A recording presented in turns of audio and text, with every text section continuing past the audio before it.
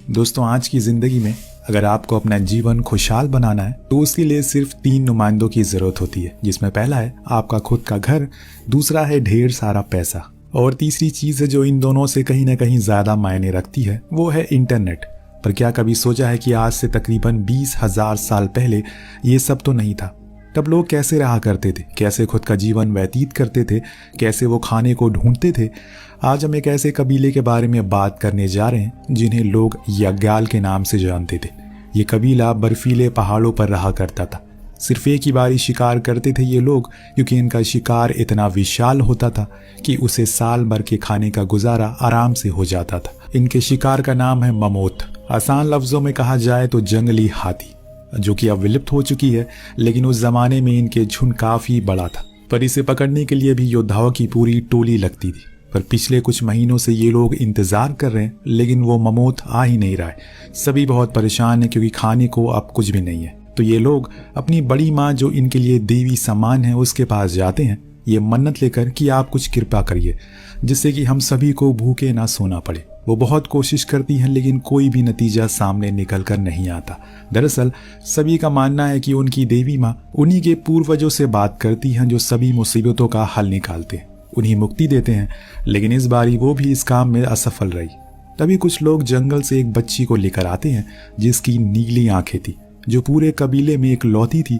देवी माँ उसको देखकर अचानक से रुक गई, बोली, ये वही है जो हमें आगाह करने आई है। एक दिन वो 4 पैरों वाला राक्षस हमारी दुनिया को खत्म कर देगा, लेकिन तुम्हें घबराने की जरूरत नहीं है। तब तक एक योद्धा जन्म लेगा जो कि यज्ञाल कबीले की भुखमरी और सारी परेशानियों को मिटा देगा, और आगे जाकर ये लड़की उसकी बीवी बनेगी। उनकी ये सारी बातें डैनियल नाम का लड़का सुन रहा था, जो उसी कबीले का है। लेकिन एक भी बात उसके पल्ले नहीं पड़ रही है, ना ही उस बच्ची के। अब वक्त के साथ दोनों में दोस्ती भी हो गई, क्योंकि वो दोनों ही हम उम्र के थे। लेकिन अभी भी इस कबीले की परेशानियां खत्म नहीं हुई है। खाने की कमी लगातार बढ़ती जा रही है, और इसीलिए एक दिन डैनियल के पिता अपने दोस्त टिक से कहते हैं कि उन्हें अब कुछ करना होगा। वो अपने आखिरी शिकार का इंतजार नहीं कर सकते, तब तक बहुत देर हो जाएगी। वो टिक से वादा करवाते हैं कि वो इसके बारे में किसी को ना बताए कि वो जा रहे हैं। दरअसल डैनियल के पिता रोजवेल्ट शिकारियों के लीडर थे, जो इस कबीले में इस दबदबे पर रहते हैं कि उसके पास शाही भाला है। पर जाने से पहले वो उस भाले को टिक को दे देते हैं और वहां से चले गए। उनके जाने के बाद डैनियल पर मानो मुसीबतों का पहाड़ टूट पड़ा। चारों ओर से लोग उसे बुज़दिल का बेटा कहने लगे, बार बार ये कहकर उकसाने लगे कि उसका बाप आने वाले कल से डरकर भाग गया। लेकिन ऐसा नहीं था, सच्चाई तो सिर्फ टिक को पता थी, लेकिन उसने किसी को नहीं बताया। धीरे धीरे डैनियल सभी से दूर होने लगा, सभी उससे नफरत करने लगे। लेकिन इसी नफरत के बाजार में उसने मोहब्बत की दुकान खोली। उसने अपनी जिंदगी का पहला इश्क किया जूलियट के साथ। सालों तक ये सब चलता रहा, दोनों बड़े भी हो गए। फिर एक दिन वहां पर ममात आई, जो देख सभी हैरान और खुश थे, क्योंकि ये इनके लिए एक जिंदगी की आखिरी शिकार हो सकती है, जैसे कि देवी माँ ने बताया था। इसलिए सरदार सभी से कहता है कि जो कोई भी शिकार करेगा वो ही शिकारियों का सरताज बनेगा, और उसी के सर पर सजेगा ये शाही भाले का ताज, और साथ में उसकी शादी जूलियट से हो जाएगी। अब ये सारी बातें सुनते हैं तो सबसे पहले भूरा खुश होता है, क्योंकि वो शुरू से डैनियल से बहुत नफरत करता है। उसे पता है कि अगर उसने जूलियट से शादी कर ली तो इससे अच्छा मौका क्या होगा उसे तकलीफ देने का। सभी को यकीन भी था कि भूरा ये करके दिखा देगा, क्योंकि उससे बहादुर इस कबीले में कोई नहीं था। लेकिन यहाँ जूलियट परेशान हो गई है। उसने रात के अंधेरे में छुपकर डैनियल से कहा कि चलो हम भाग चलते हैं, पर वो अपने बाप की तरह भगोड़ा नहीं बनना चाहता। उसका कहना है कि वो लड़ेगा, भले ही हार जाएगा, पर लड़ेगा अपनी आखिरी सांस तक। वो ताज और तुम्हें दोनों को हासिल करके रहेगा। अब शिकार का दिन आता है। सभी उस झुंड को डराकर दूसरी ओर भगाने की कोशिश करते हैं, जिसमें एक हाथी पीछे रह जाता है, जिसका फायदा उठाकर ये लोग उसके ऊपर एक बड़ा सा जाल फेंकते हैं। लेकिन वो इतना ताकतवर था, जिसने भी उस जाल को पकड़ा हुआ था सभी को वो घसीटता हुआ ले जाने लगता है। इसीलिए एक एक करके सभी उसे छोड़ते चले जाते हैं, लेकिन डैनियल का हाथ उसी में फंस जाता है, जिसके कारण वो घसीटता हुआ चोटी तक पहुंच गया, जहां पर वो हाथी उस पर हमला कर देता है। लेकिन डैनियल भी कम बहादुर नहीं है। उसने अपने भाले से वार तो किया, पर कोई फायदा नहीं हुआ। पर इतने में उसके हाथ दूसरा भाला लग गया, और न जाने कैसे पर एकदम सही जगह पर जाकर लगा, जिससे वो विशाल मैमोथ हाथी मारा गया। पूरे कबीला वहां इकट्ठा हुआ। सभी ने उसकी बहुत तारीफ की, और परंपरा के मुताबिक उसे शाही भाला और जूलियट का हाथ दे दिया गया। पर डैनियल को अंदर ही अंदर कोई चीज है जो खाए जा रही है। उसका मानना है कि उसने हाथी को नहीं मारा बल्कि वो खुद मरा है। औरों की तरह उसने भी उसका हाथ छोड़ दिया, लेकिन किस्मत को तो कुछ और ही मंजूर था। इसी वजह से वो उस शाही भाले को ये कहकर लौटा देता है कि वो इसके काबिल नहीं है। अब परंपरा के मुताबिक उसे जूलियट को भी छोड़ना पड़ेगा। जो चीज जब उसे पता चलती है तो वो उसे नाराजगी में कहती है कि मैंने तुम्हें नहीं बल्कि तुमने मुझे छोड़ा है। डैनियल के पास कोई जवाब नहीं था, इसीलिए वो मायूस होकर वहीं बैठा रहता है।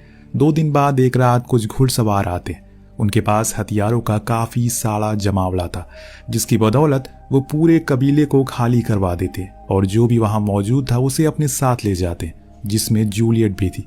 पर डैनियल और कुछ लोग बच गए क्योंकि वो वहां से कुछ दूरी पर थे।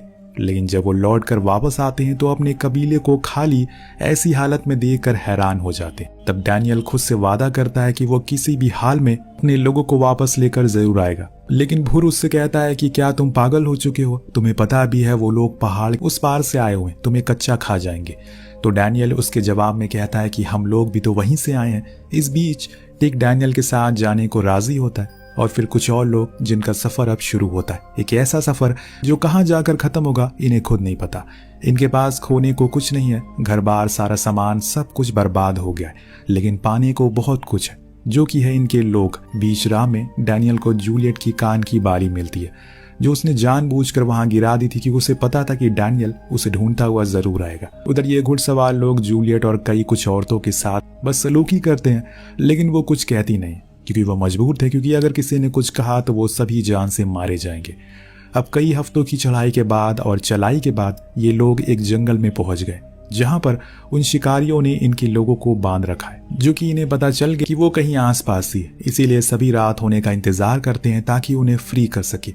ऐसा कर भी लेते हैं, लेकिन सुबह होने पर वो शिकारी इनके लोगों को फिर से पकड़ लेते हैं। और इस बीच डैनियल पर एक बड़ी सी पंछी हमला कर देती है, जिसके कारण वो घायल हो जाता है, पर उससे ज्यादा टिक घायल हो गया था। इसीलिए वो लोग उनका पीछा नहीं कर पाते, जो कि अब रेगिस्तान से होते हुए अपने देश की ओर जा रहे, जो न जाने कहां से आए थे। यहाँ डैनियल टिक को संभालता है और वो उसके लिए एक स्ट्रेचर बनाता है, फिर घसीटते हुए आगे बढ़ता है। लेकिन अब तक वो बहुत दूर निकल गए। इनके पास अब खाना और पानी कुछ भी नहीं था, इसीलिए एक रात डैनियल खाने की तलाश में आ जाता है, पर अंधेरे के कारण उसका पैर एक गड्ढे में चला जाता है, जो कि काफी गहरा था। इतने में वहां पर तेज बारिश होने लगती है, पर यह तो कुछ नहीं था। जो मुसीबत उसके सामने थी उसे देख उसकी सांसें फूलने लगती है। दरअसल दोस्तों, उस गड्ढे में उसके सिवा कोई और भी पहले से गिरा था, जो कि एक लकड़ी के कारण अटका पड़ा था, और वो था एक मादा शेर, जिसका आकार किसी ट्रक जितना विशाल था। उस टाइम पर कोई भी उसे खुद के सामने देख ले तो बेहोश हो जाए, पर डैनियल उससे बात करता है और कहता है कि अगर मैंने तुम्हारी जान बचाई और तुम्हें फ्री कर दिया तो तुम वादा करो कि मुझे कुछ नहीं करोगे। जिसके बाद वो उसे आजाद कर देता है और वो बिना कुछ कहे वहां से चला जाता है। यानी कि उसे भी पता था कि जान के बदले जान का सौदा हुआ है, जिसको निभाकर वो चला गया। इसके बाद डैनियल वहां से टिक के पास आता है, अब जो पहले से बेहतर था। वो उसे बताता है कि मैंने कल रात उस ओर किसी की चीखने की आवाज सुनी, हमें वहां जाना चाहिए। ये दोनों ही उस ओर जाने लगते हैं। तभी इन्हें पता चलता है कि यहाँ असल में एक गांव हुआ करता था, जहाँ के लोग खेती भी करते थे, पर उन शिकारियों ने इनका सब कुछ लूट लिया और ये भी अब हमें शिकारी ही समझते हैं। इसीलिए गांव के सभी लोग इन्हें चारों तरफ से घेर लेते हैं। लेकिन इतने में वहां पर वही अदयाल नाम का शेर आता है, जिसकी जान कुछ ही घंटे पहले डैनियल ने बचाई थी, जिसको वो पहचान लेता है। पर कबीले वाले सभी उसे डर कर पीछे हो जाते हैं। यहाँ डैनियल वहीं खड़ा रहता और उसकी आंखों में आंखें डालकर कहता है कि तुम्हारी मैंने कल जान बचाई थी, इतनी जल्दी एहसान भूल गए। वो शेर उसकी ओर आता है और उसको सूंघता है और फिर वहां से चला जाता है, जो सुनकर सभी गांव आश्चर्यचकित हो जाते हैं, क्योंकि ऐसा कुछ उन्होंने पहली बार देखा था। क्योंकि जब जब शेर ने उन पर हमला किया कोई ना कोई मारा गया, इसीलिए अब सभी लोग इन दोनों को खाना खिलाते हैं। तब डैनियल गौर करता है कि उनमें से कुछ लोग उसकी ही भाषा बोल रहे हैं, जो सुनकर वो उनसे पूछता है कि आपको ये कैसे आती है। कुछ लोग बताते हैं कि सालों पहले यहाँ पर एक इंसान आया था जमीन की तलाश में, वो हमारे साथ कई दिन रहा। असल में वो डैनियल के पिता थे। ये सभी बताते हैं कि उन्हें और इनके कुछ लोगों को कुछ आत्माएं उस दानव के पहाड़ पर ले गई, जहां से आज तक कोई नहीं लौटा। पर कुछ दिन पहले हमारे यहाँ भविष्यवाणी हुई कि एक दिन इनके गांव में एक योद्धा आएगा, जो कि शेर से बातें करेगा और उसकी जान बचाएगा, और फिर वो उनके लोगों को वहां दानव के पहाड़ से छुड़ा कर लाएगा। क्या तुम हमारी मदद करोगे? डैनियल कुछ नहीं कहता, लेकिन ये खबर आसपास के सभी गांव में फैल चुकी है कि एक योद्धा आ चुका है जो शेरों से बात करता और अब हर कोई उसे मसीहा मानने लगा है। इधर रात में टिक आखिरकार सालों बाद उस राज को खोल देता है जो उसने सबसे छुपा कर रखा था। खासकर डैनियल को बता देता है कि उसके पिता कायर या बुज़दिल नहीं है, बल्कि जब देवी माँ ने अपनी भविष्यवाणी करी तो उन्हें डर सताने लगा कहीं वो दानव आकर हमारे लोगों को मार न डाले। इसीलिए वो हमारे लिए जमीन की तलाश में चले गए। उन्होंने मुझसे वादा करवाया ये बात किसी को ना पता चले। उनकी बातें सुन डैनियल बहुत ही इमोशनल हो जाता है क्योंकि सालों से वो अपने पिता को कायर समझ रहा था। बिना उनके बारे में जाने लोगों कहीं सुनी बातों पर यकीन कर रहा था। उसे इस बात पर काफी अफसोस होता है। अब सुबह के सूरज निकलने पर इन लोगों ने अपना सफर फिर से शुरू कर दिया, लेकिन बीच में इन्हें एक रेगिस्तान मिला जिसको पार करना किसी के बस की बात नहीं है, क्योंकि जो कोई भी वहां तक गया कभी वापस नहीं लौटा। पर डैनियल अपने लोगों से कहता है कि हमें जाना होगा तभी कुछ हो पाएगा, वरना वो सभी ऐसे ही हर दिन आकर हमारे लोगों को ले जाते रहेंगे और कोई कुछ नहीं कर पाएगा। उसकी बातें सुन सभी के अंदर एक जोश भर जाता है, जिसके कारण वो लोग कई मील तक चलते रहते हैं। तभी इन्हें अपने सामने एक नदी दिखती है जिसमें से जूलियट और उसके साथ के लोग लेकर जाया जा रहा था। वो सभी थे पर ये कुछ कर नहीं सके। अब जैसे जैसे करके इनके दिन बढ़ रहे हैं, इन लोगों की उम्मीदें और हिम्मत दोनों टूटती जा रही है। सभी को लगने लगा है कि रेगिस्तान के उस पार जाना उनसे नहीं हो पाएगा। लेकिन उसी रात डैनियल को एक स्टार दिखता है, यानी कि इंसान करीब है और ये रेगिस्तान अब खत्म होने वाला है। इसीलिए वो सभी के अंदर फिर से एक उम्मीद को भरकर आगे बढ़ने को कहता है कि बस कुछ दिन बाद इन्हें अपने सामने कई सारे लोग दिखने लगते हैं और साथ में बड़े बड़े हाथी दिखाई देते हैं जिनके कंकाल पीछे इन्हें मिले थे। सभी एक चीज को बनाने में लगे हुए थे, वो था पिरामिड। जी हाँ, जिसको देखकर डैनियल समझ जाता है कि दानवों का पहाड़ गांव वाले इसे ही कहते हैं और ये लोग यहाँ पर बाकी कबीले के लोग को पकड़कर गुलामी करवाते हैं, उनसे ये पिरामिड बनवाते हैं, जो कि हम देख सकते हैं कैसे गरीब मजदूर लोगों से बिना खाना पानी के काम करवाया जा रहा है। कहीं न कहीं ये पिरामिड हमें मिस्र की ओर लेकर जा रहा है और बताने की कोशिश कर रहा है कि आज से कई हजार साल पहले असल में इन्हें कैसे बनाया गया। यहाँ पर इनका देवता भी होता है और उन्हीं के लिए मिस्र के राजा इन पिरामिड्स को बनवा रहे हैं, लेकिन वो हमेशा एक नकाब के पीछे रहता है। वहीं से हुक्म देता है अपने लोगों को कि जल्दी से काम पूरा करवा, उन्हें एक और पिरामिड बनवाना है। और कुछ इस तरह से सिलसिला चलता रहता है। उस रात डैनियल और उस कबीले के सरदार वहां के तंबुओं में घुस जाते हैं और देखते हैं कि उनके बीच एक अंधा गुलाम है जिसकी सब बहुत इज्जत करते हैं, क्योंकि वो पहले देवताओं के साथ ही रहा करता था, यानी कि उन लीडर के साथ जो खुद को देवता कहलवाते हैं। पर उसमें से 2 मर चुके हैं और अब बस एक ही जिंदा बचा है। जो सुन डैनियल पूछता है कि क्या उन्हें मानने का कोई उपाय है, तो वो बताता है कि वो बस एक ही इंसान से डरते हैं जिसके सर पर आसमान का निशान है। इस बीच उसे ये भी पता लगता है कि उसके पिता तो कब के मारे जा चुके हैं। इन लोगों ने उन्हें कई दिन तक खाना नहीं दिया जिसके कारण वो मर गए। अब ये सभी बातें जानकर वो लोग सोचते हैं कि उन्हें जल्दी से यहाँ से निकलना होगा अपने लोगों के साथ, लेकिन तभी उन पर कुछ लोग हमला कर देते हैं जिसमें टिक मारा जाता है, उसका दोस्त।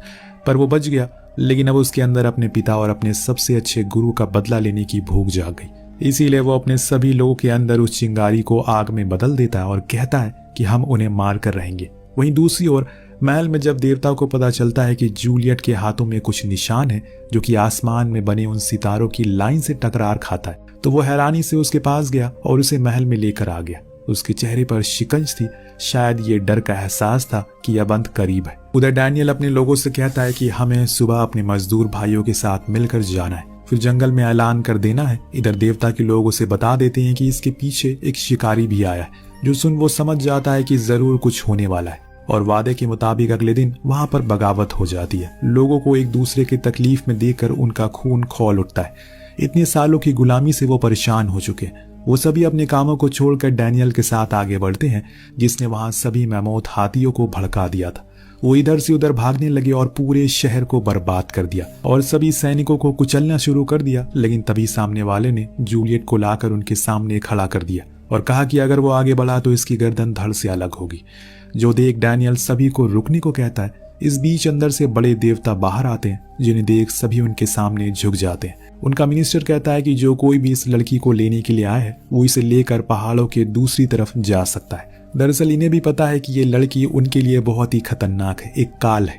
अगर वो चाहेगी तो पूरा इनका साम्राज्य चुटकी में खत्म हो सकता है और ये भविष्यवाणी पहले से हो रखी है। इसीलिए ये लोग उसे ऐसा करने को कह रहे हैं। लेकिन डैनियल का कहना था कि उसके लोगों का क्या, तो देवता बोलता है कि वो हमेशा उसके गुलाम रहेंगे, बस वो यहाँ से जा सकता है। लेकिन यह बात डैनियल को पसंद नहीं आती, इसीलिए वो वहीं से अपना शाही भाला उठाता और सीधा मारता है जो देवता को लगता है, जिससे वो वहीं मारा जाता है। ये देखकर वो सभी गुलामों से कहता है कि तुम इसे भगवान मानते हो, ये तो इंसान है, अगर भगवान हो तो कभी नहीं मरता, तुम लोग इसके आगे झुकना बंद करो। और इतने में उस राजा की सेना इन पर हमला कर देती है, पर डैनियल और गुलामों की संख्या ज्यादा थी, इसीलिए वो सभी को उन्हें मार देते हैं और जो बंदा जूलियट को लेकर आया था वो उसे मार देता है। और ये चीज जब डैनियल देखता है तो वो गुस्से से पागल हो जाता है। वो शाही बाला उसके सीने में उतार देता है, लेकिन जूलियट तो अब जाने वाली है, उसकी जिंदगी की आखिरी सांसें चल रही है। इस लड़ाई में डैनियल ने काफी अपनों को खो दिया है, इसीलिए अब बहुत ज्यादा उसे दुख होता है। उसने बहुत कोशिश की कि किसी भी हाल में करके जूलियट के साथ बची हुई जिंदगी गुजारे, लेकिन यह मुकद्दर को मंजूर नहीं था। वही हम देवी मां को देखते हैं जो अपनी देवी शक्तियों से सब कुछ देख रही थी, इसीलिए उन्होंने खुद की जान की बलि दे दी और पूर्वजों से कहा कि उस लड़की को बचा लो। उन्होंने ऐसा ही किया और अगले ही क्षण मरी हुई जूलियट वापस से जिंदा हो गई, लेकिन देवी मां ने दम तोड़ दिया। सब कुछ सही होने के बाद दूसरे कबीले के लोगों ने डैनियल को कुछ अनाज के बीजें दी ताकि वो भी खेती कर सके। हर बारी उसे वो जानलेवा शिकार ना करना पड़े, जिसे लेकर वो अपनी जमीन पर वापस आ गया और वहां उसने खेती की। और इसमें कुछ महीनों के बाद पौधे भी आ गए और इसी दृश्य के साथ ये कहानी का यहीं पर अंत होता है। तो आपको कहानी कैसी लगी कमेंट करके जरूर बताएगा। मिलते हैं अगले वीडियो में। Thank you so much watching.